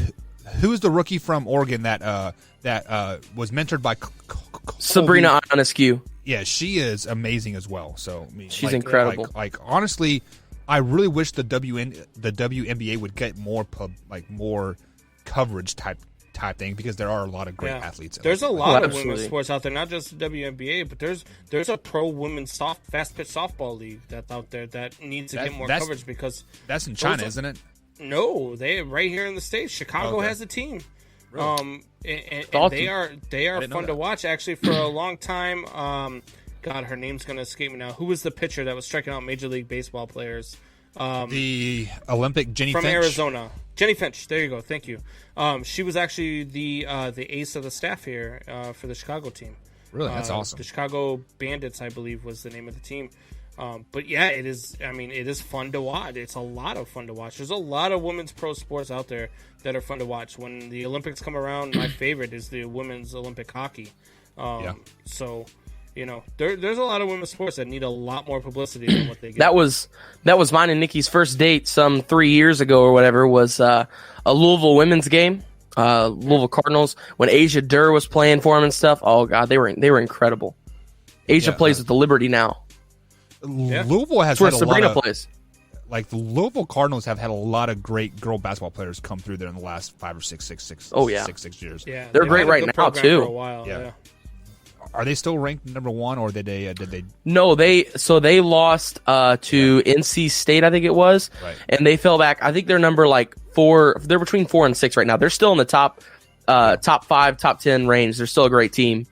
So honestly, they are still my pick to win the NCAA women's basketball. Me too. Tournament, just because I've seen them play so much because they're on all the time. I think UConn's a little overhyped just because they're UConn and they're kind of starting to find their groove again and be dominant again. Yeah. So I think UConn's getting a lot of hype for that. No disrespect to the Huskies. They're an incredible team, and what Gina's built up there has been possibly the greatest dynasty in sports. I don't know how many wins they had at the collegiate level for women's, but it was over 100. They went 100 games without losing a game, and that counts for tournaments, championships. He's done that twice. So they've built quite a legacy up there. But I feel like they had that down year, and then now they've kind of come back. And so once they came back, the tournament rankings just shot them right back up to 1. But hey, when you're that legendary and you're that good, you deserve it. So let's how's be that honest. Go again, Wyatt? What's that sound that makes when it goes up to? Oh, okay. Let's be honest. They really didn't have a down year. Just the rest of the teams caught up to them. Oregon. Excuse me. Oregon, Louisville, Notre Dame, even Mississippi State. Stanford had they all had just really good, really good years. And I want to bring this up here. Drew says Tennessee women's basketball, absolutely. The Pat Summitt years, another incredible dynasty. They're coming back now too. Yeah. Yep. So absolutely. Honestly, I bet you this year and the years moving forward, this will probably be the greatest parity in women's college basketball that we've seen in a very, very long time. Just because there's not 5 or 6 teams, there's like 30, right? Oh, absolutely. Because women's and men's both. Yeah. Well, for sure, because you look at all time. Summitt ran women's basketball at Tennessee for so long, and then UConn took over, and UConn ran it for so long, and now we're starting to see teams like Louisville really develop. Notre Dame is another great one. There's a lot of just really good teams that are starting to develop, and the parity is unmatched. For a long time, it was who's going to win. Is it going to be UConn or Tennessee? Yeah. I mean, and everybody was looking forward to seeing that matchup in the finals. That was just how it was. Yeah. So you guys are 100% correct here. So speaking of great teams and parity, the NFL, they have some great teams, and they have some parity as like as well, especially in the NFC. But Tom Brady was on the Late Show here on Tuesday night, I believe it was, and he said next year the 2021 Buccaneers will be better than last year's Buccaneers. Combs, I'm going to kick it to you first. Is there a possibility that the Buccaneers could be any better than they were this year? No, and for one reason, they won the Super Bowl, and you can't get any better than Super Bowl champions. So can they be just as good as they were last year? Sure. Can they put up better numbers than they did last year? Yeah. I mean, sure. If you go out and you get, better players and all of that, but the only way that you can be better is if you somehow win, like our boy, like our boy Abstract Shine said, unless you win 7 in 1 year, you're not doing much. And if they're not winning 7 in 1 year, they're not getting better than what they were. So no, they can be just as good though. I mean, put up better numbers and still win the Super Bowl. But to me, if you put up better numbers and you lose in the NFC title game or you lose in the Super Bowl, you're still not better than you were last year. So Wyatt, let me ask you this question here: do the Buccaneers have to add pieces to repeat as Super Bowl champions next year? I want to say yes, but at the same time, I refuse to doubt Brady anymore. I learned my lesson last year after I should have learned my lesson the 6 Super Bowl trips before that. So just as long as you've got Tom Brady on your team and he's got one reliable wide receiver, he has many. Just as long as he has one reliable tight end, he has 3. He has a good offensive line. He has a full good offensive line. Like all 5 are great. He has a reliable and great defense. He's got a top 3 defense, and he's got Bruce Arians at head coach, who doesn't even call the plays, but still nonetheless is a great head coach. So I don't think they would need to add pieces. I mean, of course it would help. I mean, any team adding good pieces will make their chances to win the Super Bowl better. Right. But when you really break it down, if they need to do it to win, Tom Brady looked just as good last year as he has his entire career. Like for all the people who watch the Super Bowl, Tom Brady is 43 and throws the ball and looks the exact same way he did when he was 25. I mean, rephrase that, White. He looks better now than he did. He really does, and his age is very misleading. And it's getting to the point where I'm starting to feel like just as long as Tom Brady's on your team, you're going to be a Super Bowl contender, not a playoff contender, not a very good team. You're going to be a top team in the NFL. So, should they add pieces? Sure. I mean, that helps anybody, but in the end, no, I don't think they would need it.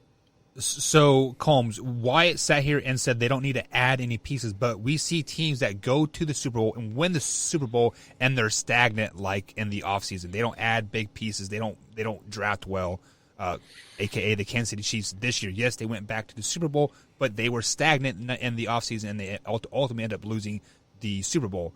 if the Buccaneers stay stagnant in this offseason and don't pick up anybody to improve their team, are they going to repeat as Super Bowl champions? Yeah, I mean, look, are they going to? That remains to be seen. It's very hard to repeat. But can they get back there? Yeah, absolutely. Look, the Chiefs, we can argue all day long. Maybe they're not the Super Bowl champions because of an injury that happened in the AFC title game, because of COVID, which held out their linemen for practice for the entire the week of the Super Bowl. So there are things that came along that maybe put Kansas City at a disadvantage. Name me one spot that the Tampa Bay Buccaneers are weak at and need to improve, because I can't name any.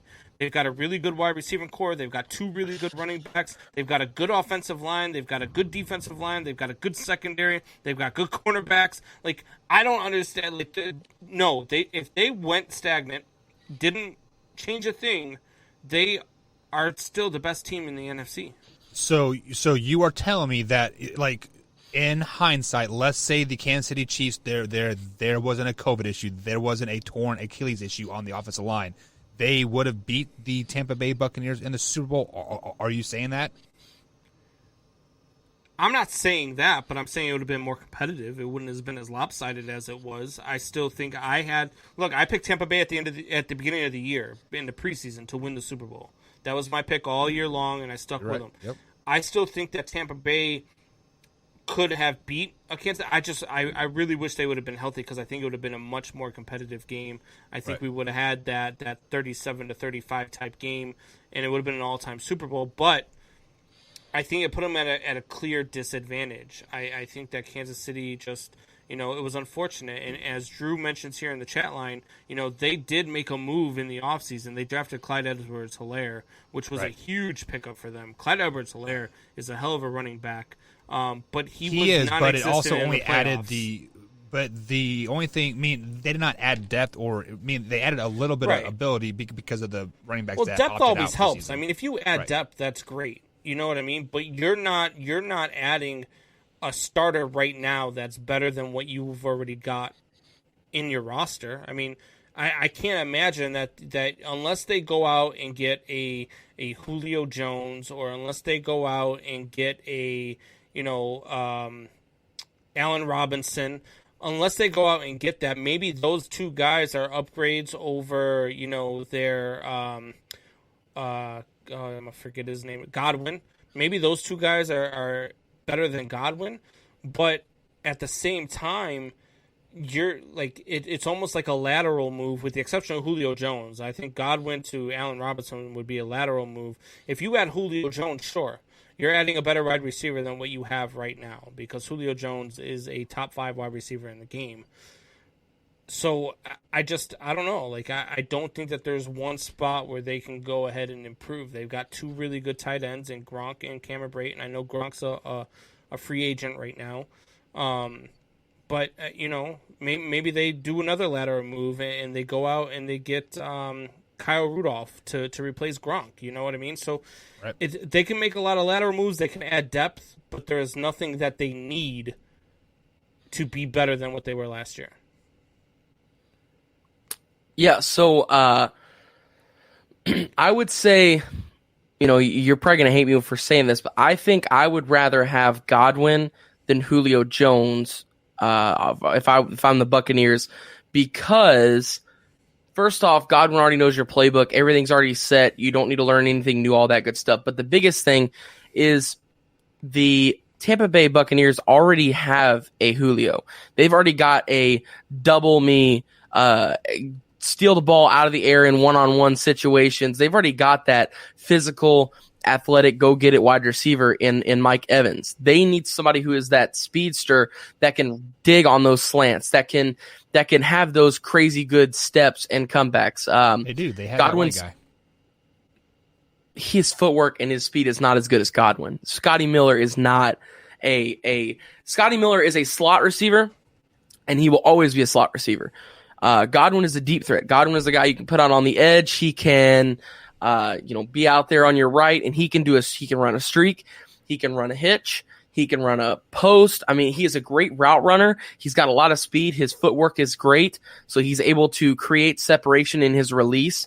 So, nothing against Julio Jones. I just think that Julio Jones is getting older and he is not able to run routes like Godwin anymore. Now, 2-3 years ago, sure, absolutely. Julio Jones is a top, probably the top receiver in the league at that time. If not, he's number 2 or 3. So at this moment, I think they should stick with Godwin. I think it would benefit the team more, as well as because Godwin is a really good team oriented guy. So I think that would help them out the most, is just to stick right now with what you got. If you're going to go after somebody in the free agency, if I'm the Buccaneers, I'm thinking somewhere at the safety position maybe, because your offense is really set. I don't think you need to do too much to work around the offense. You've got 2 really reliable running backs. You've got a good wide receiver core. You've got a good offensive line, a good tight end set. So I think offensively, you're set.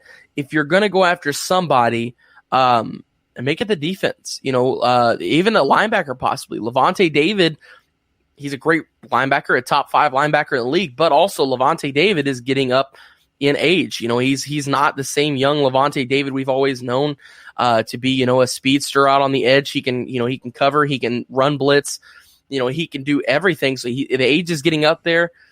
So I think you could possibly add a Mike linebacker, or even maybe an outside linebacker wouldn't be terrible to add. And also I think a safety wouldn't hurt. So I think you stick away from offense here. I don't necessarily think that weapons are needed because everything's set there. I think it's just, if anything on that team needs improving, it's the defense. That would be the only thing I could think that needs improving. But I do agree with you, Buck. You can't stay stagnant, really, and expect the same results. You've got to continue to grow your team. You've got to continue to excel. I don't think that they necessarily need to add all these pieces and stuff to continue to be successful. Like I said earlier, I think Tom Brady is that success. I think Tom Brady leads your team, because without Tom Brady, we saw what the Buccaneers are. They are a 4-win, 5-win team.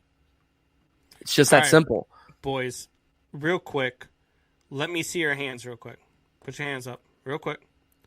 All right. I've got this Jamal Lewis Tennessee Volunteers helmet. All right. Let me see your hands. All right.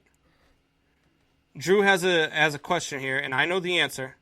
Who was the only team to win back-to-back Super Bowls, and who was their quarterback? There's not one. There's first. Many. There's not one. There's many. No, there's only one team that's ever won a back-to-back Super Bowl. That's not true. The Green Bay Packers won 1 and 2, and then the Patriots won 2 as well. Yeah. Not back to the Patriots never won back-to-back. And the Cowboys too. The Steelers did, I think, as well. So, if you're referring to the last team, it was the Patriots. It was the Patriots. Brady. Yeah. Patriots won back-to-back. Back-to-back Super Bowl. What? Patriots in the early 2000s won back-to-back. No, they won in 2001, and then they won in 2004. They won 3 in 4 years. You have to go back-to-back at some point. I'm telling you right now, there's only one team in NFL history that has won back-to-back Super Bowls. We just kind of it's the Green Bay Packers then. The Green Bay Packers did not win 1 and 2, did they? Yes, they did. We won Super Bowl 1, Super Bowl 2. Over the Kansas City Chiefs. And the Cowboys won in 95, 96, or 94, 95. There's many teams that have won back-to-back. There has been a back-to-back team to win a Super Bowl every decade besides 2010. That sounds right. I'm sorry. 2 separate Super Bowls on 2 separate occasions. On 2 separate occasions, one team won back-to-back Super Bowls. There's only one team that ever do it. With a different quarterback? Drew left it out of his question, so I'll go ahead and clear that up. Okay. So, then I'm going to go Steelers. Terry Bradshaw. Buck. I don't know the question. Like I'm not understanding the question. There is a team that has won back-to-back Super Bowls twice. Only one team has won back-to-back Super Bowls twice. Oh, it was the Patriots. They had the same quarterback. False. Was I right? But Wyatt, you've got a Jamal Lewis helmet coming to you. There you go. It was the Steelers and it was Terry Bradshaw. Sorry about the confusion there. I was trying to figure out what he would. So it was back-to-back Super Bowls on 2 separate occasions. What they won like 5 Super Bowls in 7 years or something like that, right? Yeah, so they won it in it was small Lewis between helmets. 75 and 80. They won 4. Yeah. That was with Mean Joe Green and all of them. Yeah, that is when the when the old steel curtain came about, right? And then they had Mean Joe Green with the whole Coca-Cola commercial, right? He throws his jersey. Yeah. Here you go, kid. Franco Harris with the why am I forgetting the name of the play? It's blanking me now. Immaculate Reception. Yes. I'd never blank that. But anyways, yes, Franco Harris with the Immaculate Reception. Terry Bradshaw at quarterback. That was an incredible team. Yeah. They owned the 70s. So Colm, why you got the old Google up there, and you got Drew's name up there? We know that Drew loves Google. Basically, was there a back-to-back Super Bowl winning team in the 2010s? Because I believe that was the only decade where there wasn't a back-to-back Super Bowl champion. I think I think about it, I think the Patriots won back-to-back. I think because they beat. Yeah, well, that was 03, they beat the Falcons. 04, right? Yeah. What? No. Like whenever they beat the Falcons, they beat the Seahawks and they beat the Rams. So I think they went. That was 3 and 4 years. I bet you one of them probably fell in 2009 because didn't they beat the Rams in 2000? No, so they beat the Rams in 2016, right? All right. So no, they beat the Rams like 2018. 2010 was the Saints. 2011 was the Packers. Yes, sir. 2012 was the Giants. 2013 Ravens. was the Ravens. 2014 was Seattle. 2015 was Patriots. 2016 was Denver. 2017 was Patriots. The Patriots. 2018 the Patriots lost to the Philadelphia Eagles. Oh yeah, and then they beat the Rams. 2019 they beat the Rams in the worst Super Bowl ever played. That was terrible. So there's no back-to-back. Yeah, so no back-to-back since 2010. Wow, okay. So yeah. So it really did space out like that. He was winning them every other year. Was New England. 2004, 2005. That's you asked the question. I'm like, there's many teams that I think the San Francisco 49ers, that's a team we didn't even mention. So I think the Niners even went back to back. I fixed it for him. I knew what he was trying to say, but I think the Niners went back to back with 2 separate quarterbacks. Right? Did Steve Young win 2? No. Steve Young only won 1? Back to back. So you go back to let's go here as we're going a little bit off topic, but that's all right. We had the San Francisco beat Miami in 85, and then the Bears won it the next year. San Francisco won back-to-back, 89 and 90, and then that was their last back-to-back. With Steve Young, they beat San Diego in 95, but they did not win another one under Steve Young. Yeah, and then the Cowboys kind of took over that little dynasty, right, from 92 to 97 maybe. They were pretty dominant. And then you had the Patriots in 2000s. So, guys, if you look back at the decades from 90s to 2000, 2010s, 80s, 70s, you always had that one dominant team, right, for 5 or 6 years. 60s is the Packers. 70s would be the Steelers. 80s is who? 80s is the Niners. Yeah. 90s is the Cowboys. The 2000s is probably, I would say, the Patriots, right? Do you guys the Patriots were dominant for 20? Patriots were dominant for 2 generations or 2 decades. I mean, yeah, that's so. And then you want one more chance to win one more piece of memorabilia to add on to this thing, real quick. Wait, let's do it. When the 49ers won their back-to-back, asking you to get rid of this stuff? No. The Cincinnati Bengals. They beat the Cincinnati Bengals in their first one. Okay, who was the Cincinnati Bengals running back that year?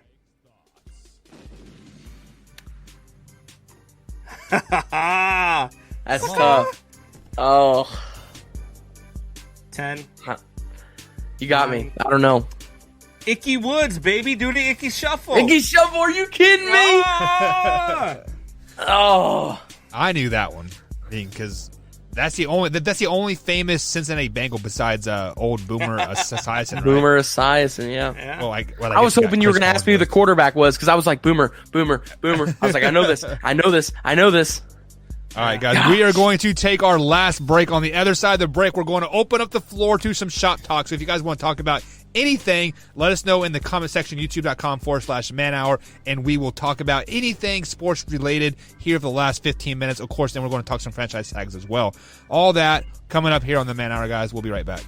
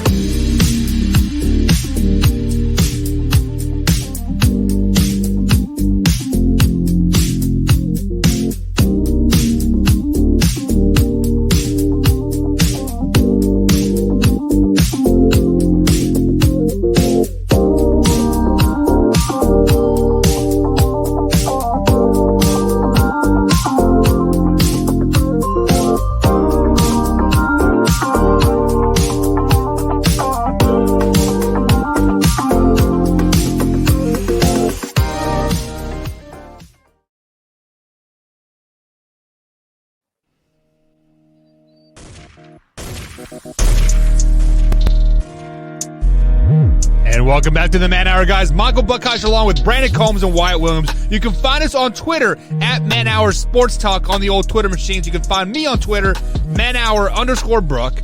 You can find Combs on Twitter, manhour_Combs. You can find Williams, Wyatt Williams, at manhour_ it's not Williams, it's TWW, because he has to be different, because, you know, Wyatt is the greatest host on the Man Hour, hands down. I see you on the chat line here. Yeah. Facts are facts, dude. I see you on the chat line. Yeah. Look, I don't use Google when I do trivia. Every time we play Liar Liar, you always get it, because you Google it. You won the last one. What are you talking about? Because I was binging it. I don't Google. I bing it. No, I'm totally kidding. I'm totally kidding. Like, we play those games legitimate. Like I know I do. And Combs, like, yeah. Can I ask you a question, Buck? Can we give Wyatt one more chance to win a piece of memorabilia? You know what? We will give Wyatt one more chance to win some memorabilia. All right. Yes. Wyatt. Yes. I'm gonna throw you an easy one here. All right. Oh man. Middle's open. Super Bowl II. Who did the Green Bay Packers beat? Okay, now I'm going to blank. It was either the Chiefs or the Raiders. I know that. And I know the answer. It's either Chiefs or Raiders. Yes. I got a 50-50 shot here. You do. What's on the line here? That's what we need to find out first. No. You can't be doing that. Oh, God. People in chat know if you want to jump over there and look, you certainly can. I said it earlier in the show. I'm going to say Chiefs. Oh, man. It is the Raiders. No, it's God. It's the Raiders. But look, I'm a team player. Drew had it right. Drew said the Raiders. I'm a team player. I'm still going to give you the piece of memorabilia because I'm just that guy, okay? I appreciate it. With that being said, oh, you God. won this great lamp of Chicago Bears greats that you can display proudly in your bedroom, okay? Look, you can keep it. Locker there. Send me the Jamal helmet. You can keep that. Just like Chris said, it's one of those things that has sentimental value. That is all. Walter Payton. You got Mike Singletary on the lamp. So I'm sending that out to you. So hang on, Combs. One thing here. You said Chicago Bear greats, and you were spinning it, and all I saw was Brian Urlacher. It's got Brian Urlacher, Mike Ditko, Walter Payton, and Mike Singletary all on the same piece. What are you talking about? When seriously, well, right? Like here on YouTube, every time you rotate, is Brian Urlacher.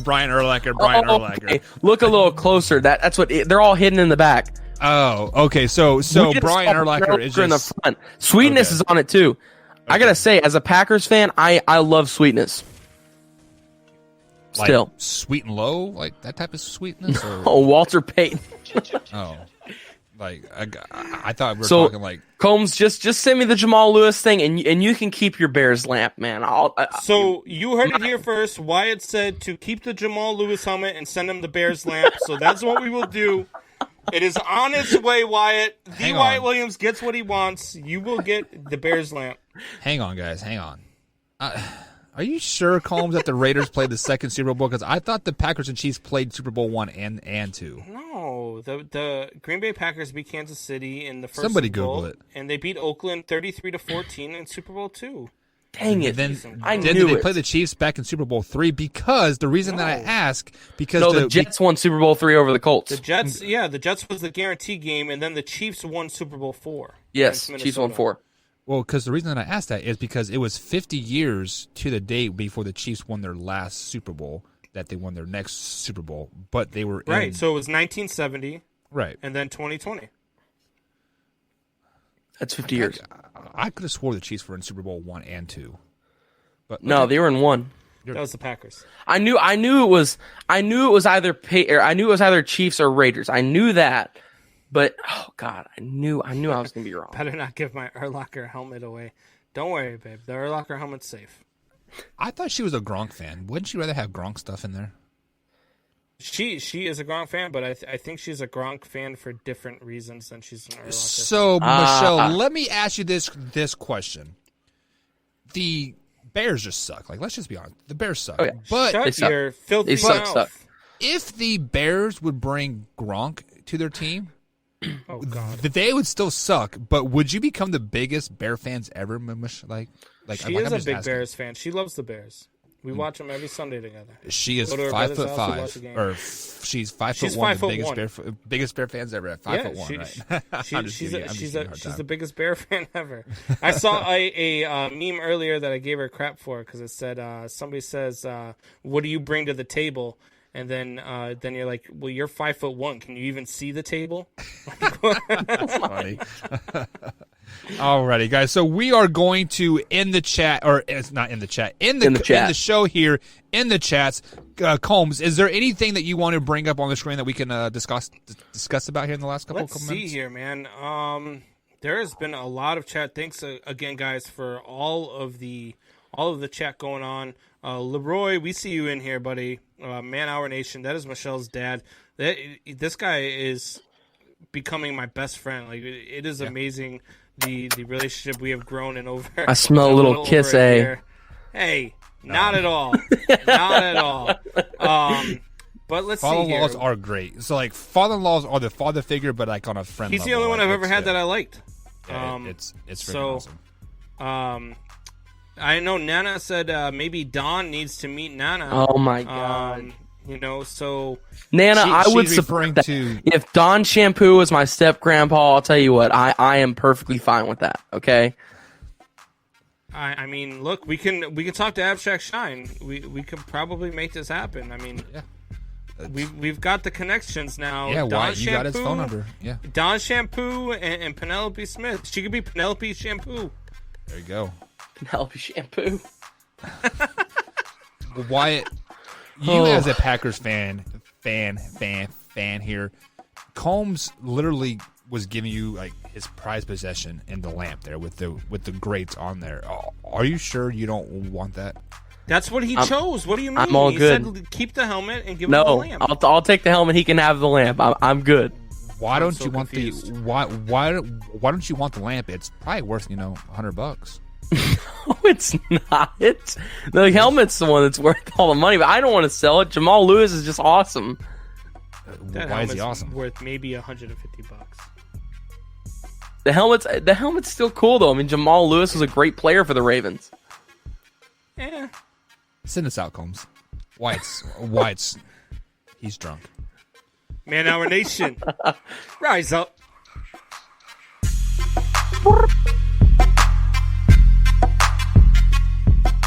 And bada bing, bada boom, bada bing. It's 10 o'clock. It's time for the after hour.